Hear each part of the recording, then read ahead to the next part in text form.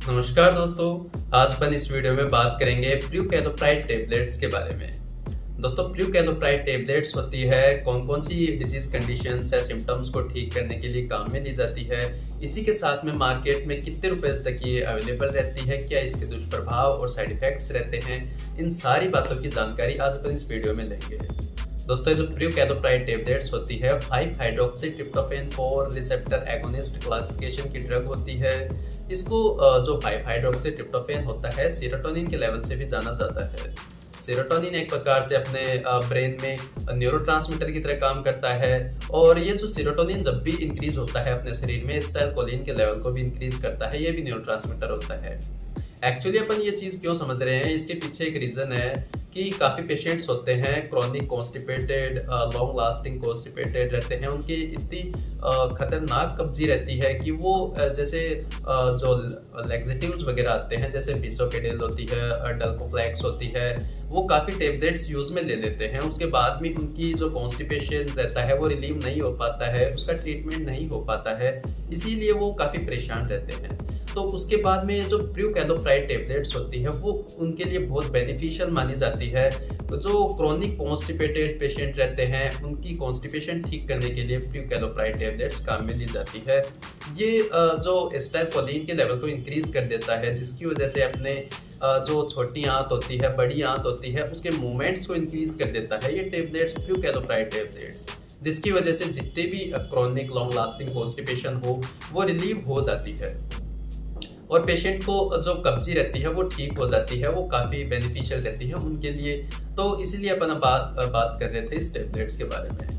दोस्तों, ये जो क्रॉनिक कॉन्स्टिपेशन में तो हेल्पफुल रहती है। इसी के साथ में अगर किसी के हार्ट बर्न की शिकायत रहती है, हार्ट बर्न मतलब किसी के कलेजे में जलन रहती है, काफ़ी बार क्या होता है जो हाइड्रोक्लोरिक एसिड होता है अपने स्टोमक में, तो उसका रिफ्लेक्स आता है ऊपर की तरफ, काफ़ी बार मुंह में भी आ जाता है। तो इसोफेगस में जब वो रिफ्लेक्स आता है तो उसकी वजह से कलेजे में जलन रहती है, तो उसको ठीक करने के लिए भी ये प्रूकेलोप्राइड टेबलेट्स काम में ली जाती है। इसी के साथ में दोस्तों, अगर किसी के इनडाइजेशन की शिकायत हो, खाना खा रहे हैं वो पच नहीं रहा हो, या फिर जी मचला रहा है, उल्टी आ जाती है, या फिर जैसे काफ़ी टाइम तक एब्डोमिनल डिस्कम्फर्ट, डिस्टेंशन रहता है, तो ऐसी शिकायत को भी ये ठीक करने में हेल्पफुल रहता है प्रूकेलोप्राइड टेबलेट्स। दोस्तों, जो प्रूकेलोप्राइड टेबलेट्स होती है मार्केट में लगभग 248 रुपीज़ तक इसकी 10 टेबलेट्स की स्ट्रिप जो होती है वो अवेलेबल रहती है। ऑफलाइन स्टोर्स और ऑनलाइन स्टोर्स दोनों पे ये अवेलेबल हो जाती है।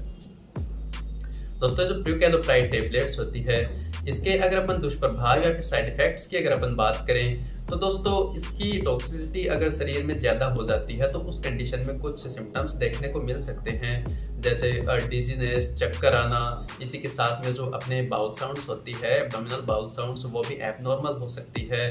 इसके अलावा जो एनोरेक्सिया मतलब भूख कम लगना, ऐसी शिकायत भी देखी जा सकती है। इसके अलावा इसके दुष्प्रभाव में जैसे जी मचलाना, उल्टी आना, या फिर ऐसे कुछ सामान्य दुष्प्रभाव भी देखे जा सकते हैं।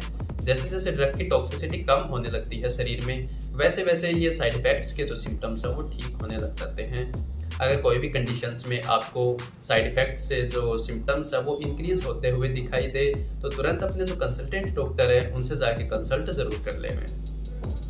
दोस्तों, अगर कोई वुमेन है वो प्रेगनेंसी स्टेज में है या फिर लैक्टेशनल स्टेज मतलब बच्चे को दूध पिलाने वाली स्टेज में है, तो उनको कोई भी दवा जो होती है वो बहुत ज़्यादा सावधानियों के साथ में और बहुत ज़्यादा प्रिकॉशंस के साथ में लेनी होती है, क्योंकि उनमें टेराटोजेनिक इफेक्ट आने के चांसेस बहुत ज़्यादा रहते हैं। मतलब जो साइड इफेक्ट्स होते हैं वो मदर में तो आते ही हैं, वो बच्चे में जाने के चांसेस भी बहुत ज़्यादा रहते हैं। इसीलिए उनको बहुत ज़्यादा प्रिकॉशंस के साथ में दवा काम में लेनी चाहिए।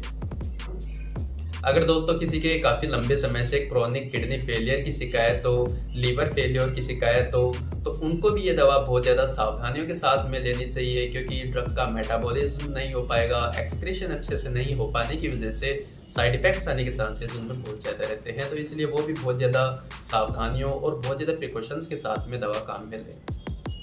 दोस्तों, प्रूकेलोप्राइड टेबलेट्स की जो इन्फॉर्मेशन होती है वो आपको थोड़ी भी इन्फॉर्मेटिव लगी हो, थोड़ी भी नॉलेजेबल लगी हो तो वीडियो को लाइक एंड कमेंट जरूर कर दें। चैनल को सब्सक्राइब करना ना भूलें। Thank you.